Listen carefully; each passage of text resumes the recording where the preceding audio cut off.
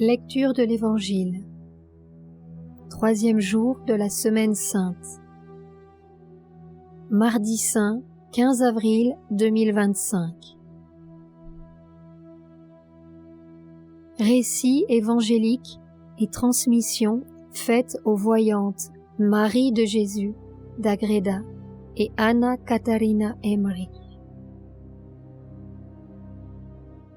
Maria de Jésus de Agreda raconte: Lorsque le Christ prit le chemin de Jérusalem, en quittant Nazareth, il se confessa au Père éternel, le remercia et offrit son être humain à la passion et à la mort qu'il allait recevoir. Notre Seigneur pria: Mon Père éternel, pour accomplir mon obéissance, je vais avec joie et bonne volonté satisfaire ta justice, souffrir jusqu'à la mort et te réconcilier avec tous les enfants d'Adam, en payant la dette de leurs péchés et en leur ouvrant les portes du ciel qui leur sont fermées. Je vais chercher ceux qui en me quittant se sont perdus et qui doivent se repentir par la puissance de mon amour. Je veux conquérir l'enfer et magnifier le triomphe de ta gloire sur Lucifer et les vices qu'il a semés dans le monde. Je veux m'humilier jusqu'à recevoir la mort des mains de mes ennemis, afin que nos amis et nos élus soient honorés et consolés dans leur tribulation, et qu'ils soient exaltés par des récompenses imminentes et abondantes, lorsqu'à mon exemple, ils s'humilient à en souffrir.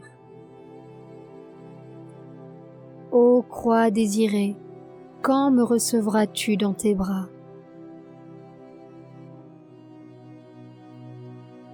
Aujourd'hui, nous continuons à suivre les pas du Christ à l'approche de la Passion. Nous entrons dans le temps du cœur du Christ, le temps de l'Éternel présent qui nous permet d'accompagner notre Maître dans ses derniers jours à Jérusalem. Jésus prêche dans le temple. En ce temps-là, Jésus passait la plupart du temps à enseigner dans le temple. Lorsqu'il partait à la fin de la journée, il passait la nuit à Béthanie. Au petit matin, tous les gens se rendaient déjà au temple pour l'écouter. Le Christ révélait les mystères du royaume de Dieu par des paraboles et des comparaisons. Il parlait d'autant plus volontiers aux gens humbles qui recevaient et comprenaient l'enseignement de la bonne volonté et de la foi simple. Dans le temple, devant la foule, il raconta l'histoire suivante.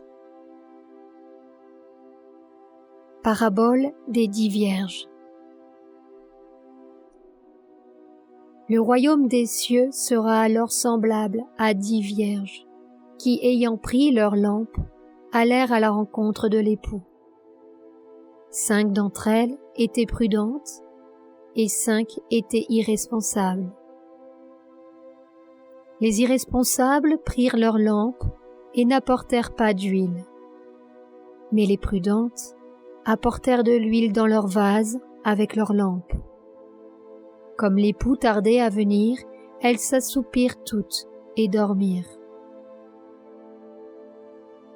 Au milieu de la nuit, on cria: « L'époux arrive, sortez à sa rencontre !»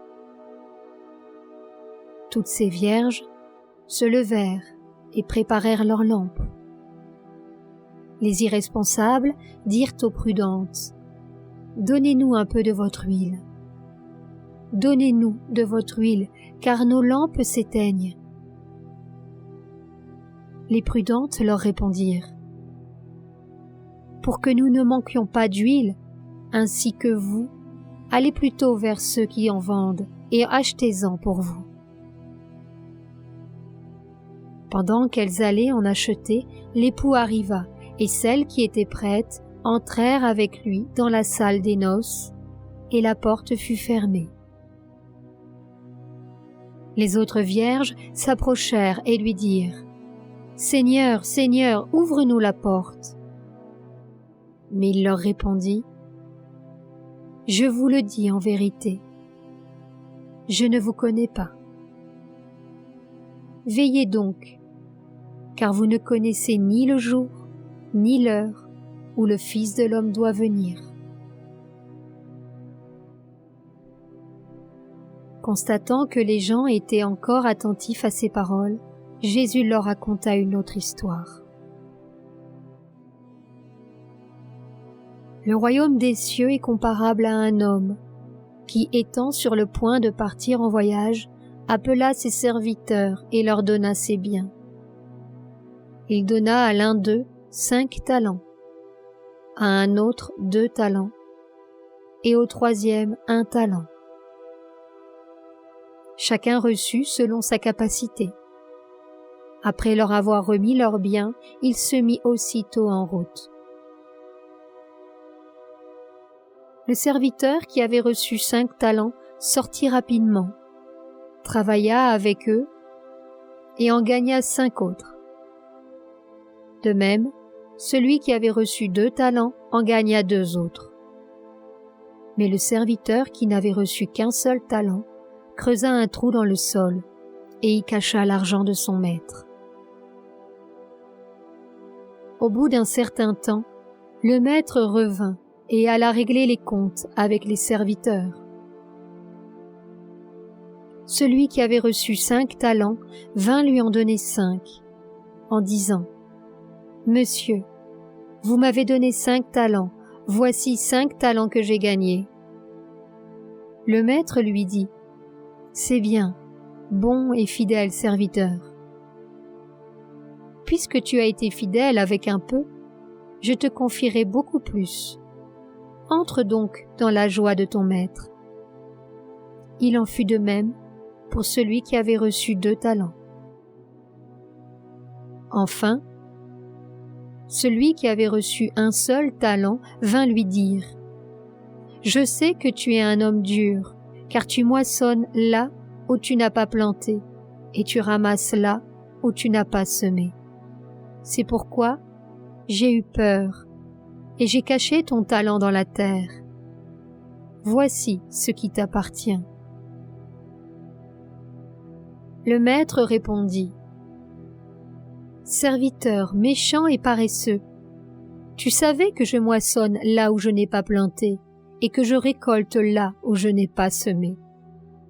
Tu aurais donc dû au moins déposer mon argent à la banque, afin qu'à mon retour, je reçoive avec intérêt ce qui m'appartient. » Et il ordonna « Donne ton talent à celui qui en a 10, car celui qui fait bon usage des biens que je lui ai donnés sera dans l'abondance. »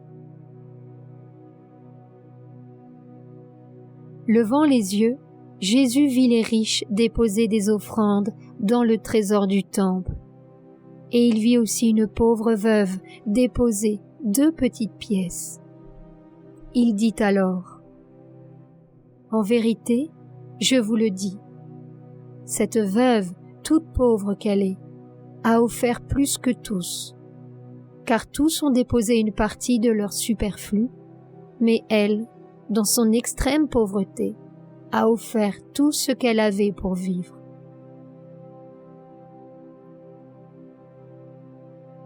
Le jugement des nations.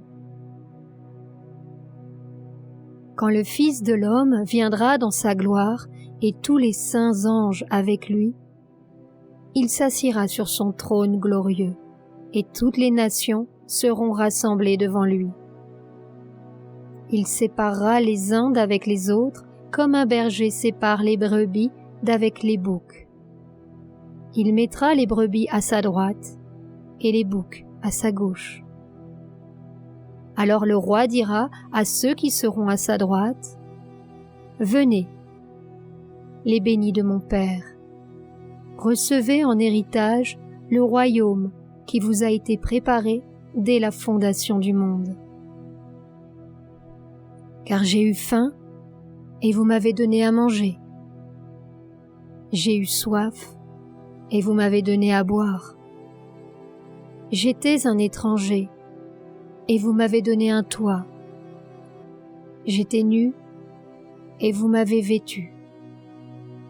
J'étais malade et vous m'avez visité. J'étais en prison et vous êtes venus me voir. Les justes lui répondront: Seigneur, quand avons-nous vu affamé et t'avons-nous donné à manger, ou assoiffé et t'avons-nous donné à boire? Et quand avons-nous vu étranger et t'avons-nous accueilli, ou nu et t'avons-nous vêtu? Et quand avons-nous vu malade ou en prison et sommes venus te voir? Le roi leur répondra: Je vous le dis en vérité, quand vous l'avez fait à l'un de ces plus petits de mes frères, c'est à moi que vous l'avez fait. Puis il dira aussi à ceux qui sont à sa gauche: Retirez-vous de moi, maudits, allez dans le feu éternel préparé par le diable et ses anges. Car j'ai eu faim, et vous ne m'avez pas donné à manger. J'ai eu soif, et vous ne m'avez pas donné à boire. J'étais un étranger, et vous ne m'avez pas accueilli. Nu, et vous ne m'avez pas vêtu. Malade et en prison, et vous ne m'avez pas visité. Alors ils lui répondront: Seigneur, quand avons-nous vu affamé, assoiffé, étranger, nu, malade ou en prison, et ne t'avons-nous pas assisté? Il leur répondra: Je vous le dis en vérité, quand vous n'avez pas fait cela à l'un de ces plus petits, c'est à moi que vous ne l'avez pas fait. Et ceux-ci s'en iront dans le châtiment éternel, mais les justes dans la vie éternelle. Le complot pour s'emparer de Jésus. Après avoir prononcé toutes ces paroles, Jésus dit à ses disciples: Vous savez que dans 2 jours, c'est la Pâque, et que le Fils de l'homme sera livré pour être crucifié.